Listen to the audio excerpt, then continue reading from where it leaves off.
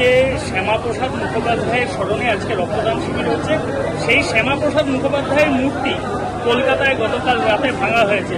আগামীকাল শ্যামাপ্রসাদ মুখোপাধ্যায়ের জন্মবার্ষিকী, কি বলবেন, কিভাবে দেখছেন বিষয়টা?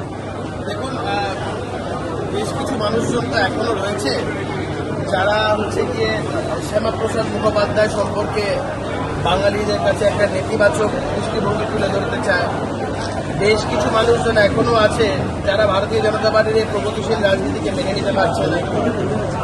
বেশ কিছু জেহাদি মানসিকতার মানুষ এখনো অব্দি আছে যারা খুব অসুবিধায় আছে, কারণ তাদের যা স্বপ্ন ছিল যে এই বাংলাকে তারা বাংলাদেশ বানাবে, সেটা তারা করতে পারেনি। তাই ফলস্বরূপ এই ধরনের ঘটনা ঘটছে। আমার মনে হয় প্রশাসন কড়া থেকে কড়া ব্যবস্থা নেবে, এই ধরনের ঘটনা কোনোভাবে ছাড়া হবে না, রেয়াত করা হবে। প্রাক্তন মুখ্যমন্ত্রী মমতা বন্দ্যোপাধ্যায় তার দলকে হাইজ্যাক করে নেওয়া হয়েছে এবং বিজেপির চক্রান্তের ফলে এটা হচ্ছে বলে অভিযোগ করছে।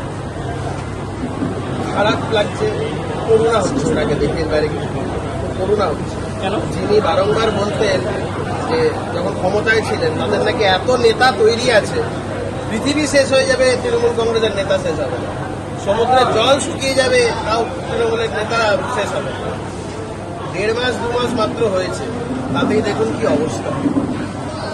মানে ঘাস ফুলের আর ঘাসের একটা গোড়া ডগা কিছুই খুঁজে পাওয়া যাচ্ছে না। ফুল তো চলে গেছে, মূলও চলে গেছে, এখন ঘাসের গোড়া ডগা কিছুই খুঁজে পাওয়া যাচ্ছে।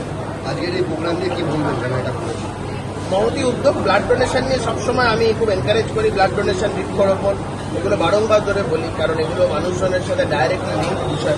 রাজনীতি মানে সারাক্ষণ বক্তৃতা করা, একে অপরের বিরুদ্ধে বিষোদ্গার করা নয়। রাজনীতি মানে সামাজিকতা, রাজনীতি মানে সমাজের প্রত্যেকটা স্তরের মানুষজনকে নিয়ে চলা। এবং আমি সমস্ত জায়গায় বলেছি যে বিভিন্ন দল মত ভিন্ন হতে পারে, কিন্তু তাদেরকেও ইনভলভ করতে হবে, তাদেরকেও নিয়ে চলতে হবে, এটাই আমাদের রাজনীতি।